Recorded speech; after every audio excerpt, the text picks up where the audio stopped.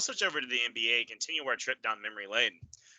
NBA on ESPN Twitter account posted a graphic of some of the best NBA teams since 2000 to not win a title.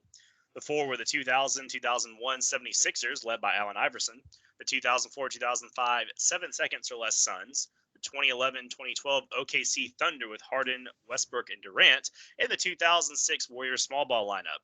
None of these teams could quite win a title. The closest were the Thunder and the 76ers, losing 4-1 to the Heat and Lakers, respectively. Still, the lineups featured some big names, and all of them left impacts on the NBA. All right, Jay, out of these lineups, which one stands out the most to you?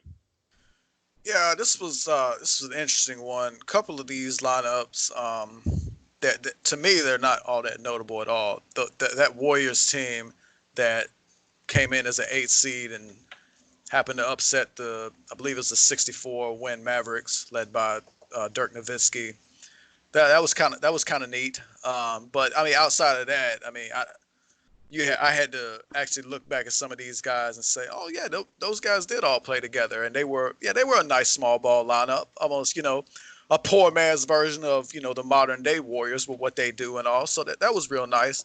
That 76ers team minus a whole lot of shooting. Yeah, that's absolutely right.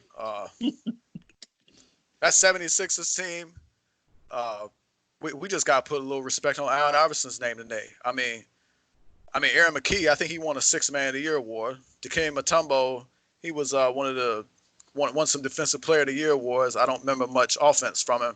Jermaine Jones and Tyrone Hill, that's a Google search. I'm drawing a blank. I really am. So shout out to the answer today. Those guys were the questions. Hey, I'm gonna leave the Thunder. I'm gonna leave the Thunder to drink because I know he got some sauce on that one. But I'm looking at this Suns lineup from 04 to 05. It was Mike D'Antoni's first full season coaching the Suns. I believe that was Steve Nash's first season with the Suns, and that was one of those things when we look at modern offense.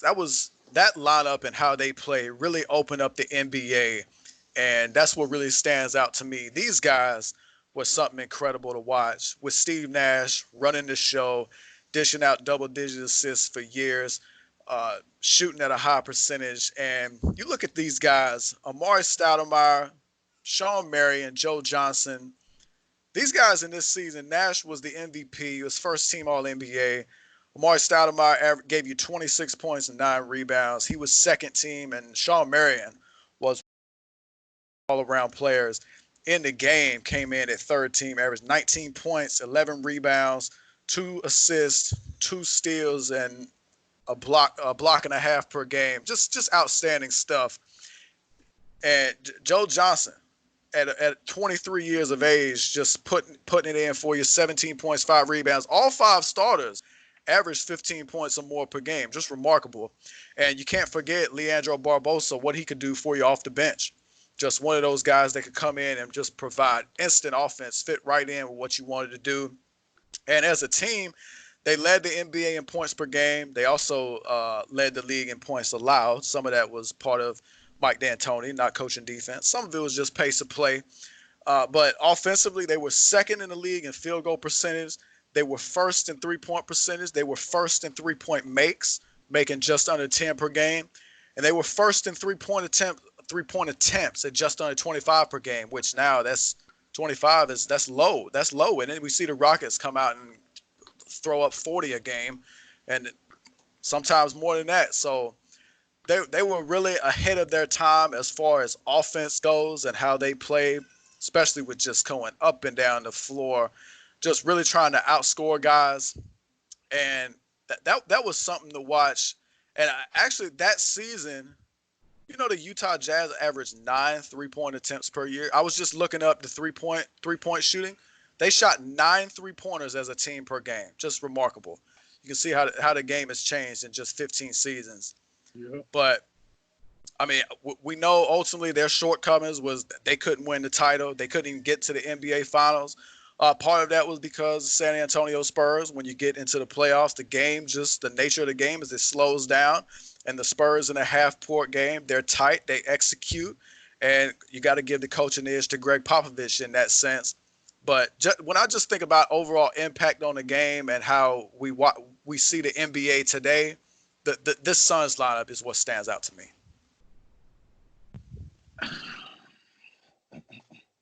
Make me want to do the salsa. So listen, you already brought me in with the 2011-2012 Oklahoma City closing lineup. I don't think sometimes when you watch certain stuff, they always use the line, "This guy don't need no introduction." Well, I feel like this lineup don't need no introduction, but here I go. This lineup comprised of one Russell Westbrook, James the Beard Harden, Kevin Skinny Legs Durant, Serge Congo Ibaka, and Kendrick Roger Coattail Perkins. And here's the deal.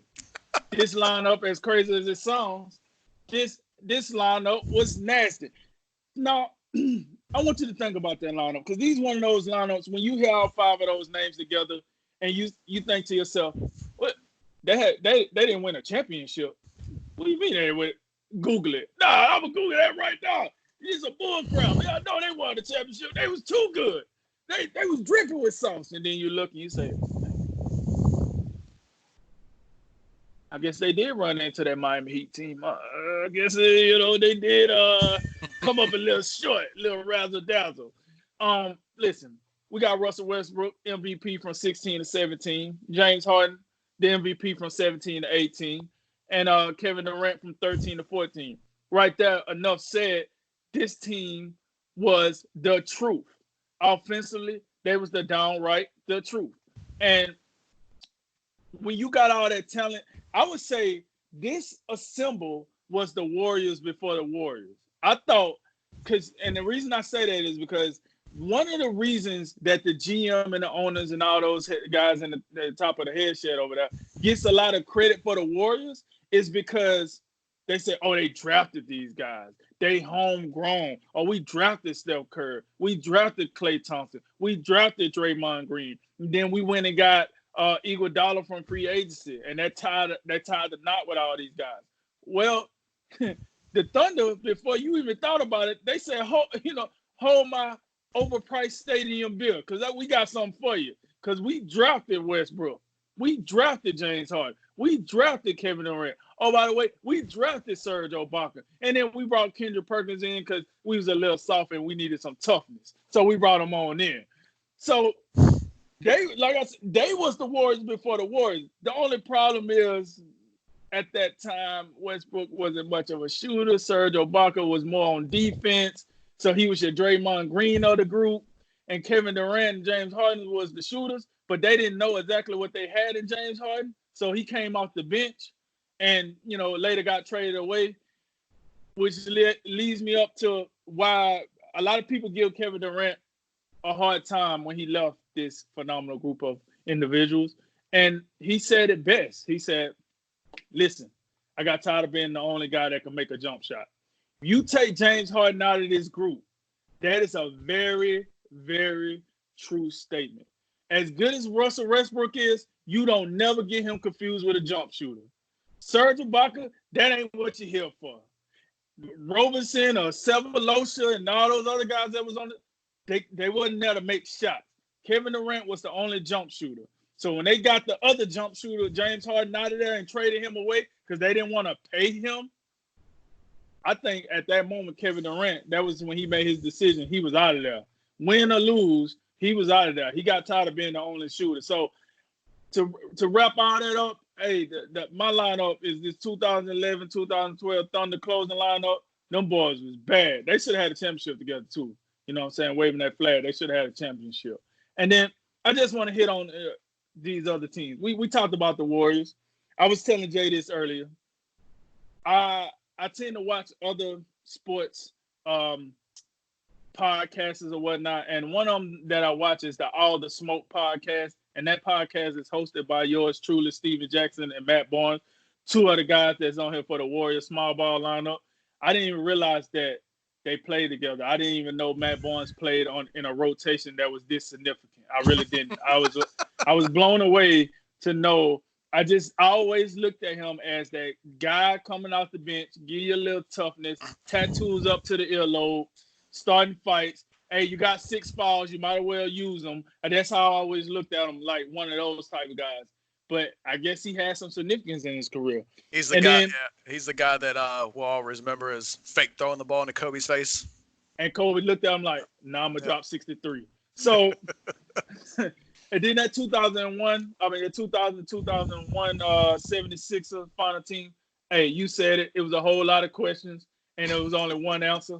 It was a multiple choice, but boy, could I use more answers, right? And I would give Tyrone Hill this. I would give Tyrone Hill this credit. Tyrone Hill was on that Indiana team. I want to say I want to say this year probably was his first or second year with the 76ers, because he was on those old Indiana teams back when Reggie Miller was still playing, that was making it to the finals. I remember his name specifically on that because the guy's a pretty remarkable looking guy. But the thing about that team is that team, Iverson gave us one of the best, I would say the second best NBA final moment behind the old Jordan, Brian Russell push off, holla at your boy, going off into retirement. I would say that step over that Allen Iverson did to Tyronn Lue in that game 1 of that series, where he just absolutely put the team on his shoulders and they won, and then it was just over from that point on. That, I would say, is the second most remarkable and viewed finals moment behind Jordan. So I want to, put a little sauce, put a little respect on AI name on that one. Yeah, these 4 teams, what's interesting is, 3 of them anyway, all lost to some, not like full dynasties, but they're like teams that had a long, prolonged stretch of like really good basketball. You had the LeBron and Wade's Heat. The Suns lost to the Spurs, despite Stoudemire dropping like 37 a game. And of course, Allen Iverson and crew lost to Kobe and Shaq's, Lakers. The Warriors actually lost to the Deron Williams, Andre Karolinko Jazz, who then lost to the Spurs anyway. So. But yeah, these teams, man, I'm going to lean towards the Suns on this one as well, just because, again, that you're talking about a complete revolution of the game, and they were years early. When you looked at how a lot of teams had built back then, they were either built around like that gritty team defense, say like, the 04 Pistons, right? Or you have big men anchoring Shaq, Duncan, etc. These big men were anchoring these teams, and that's kind of what they played around. Well, the Suns said, forget all that. We're just going to do it completely different. And it wasn't just hey, we got some dudes, we're going to try something a little different. They committed to this, and it wasn't just a thing they just tried for a while. This was a full on, no, we're going to tear the frame and foundation out, and this is what we're building off of. And it was one thing that was really remarkable about the team was how well that Nash Stoudemire pick and roll went. I remember watching Amari Stoudemire. I mean, that guy, I think the only thing it would be, you could compare him to probably Anthony Davis in a lot of ways during his prime, except he doesn't shoot as well from the 3-point line. But that pick and roll, that was just they were getting comparisons like some of the best all-time duos when it came to that. And they did it for a few years before injuries really kind of derailed him. But yeah, you're talking about, again, like Jay said, a team that led the league in almost every offensive category. And they also led the league in rebounds. And they were a middle-of-the-road defensive team. A lot of people think, oh, well, they were just some bunch of dudes running around and whatever. But they actually were middle of the road in defense, which is surprising. But I think that they're the most impactful team just because, you're talking about like they literally altered the future of the NBA, and they were years ahead of what we see now across the league. I mean, teams like the Warriors that are doing it now, the Rockets are doing the same thing, which, okay, it's D'Antoni, so of course they're going to do it. But yeah, I would have to say as far as the most impact goes, it would be these guys, only because these other teams, they're kind of like footnotes, especially the 76ers and Warriors. The Thunder were remarkable just because of who they had and how much they underachieved. But yeah, you're not kidding, Drink. A lot of NBA fans nowadays, hey, Westbrook, Harden, and Durant are on the same team. What? No, that's impossible.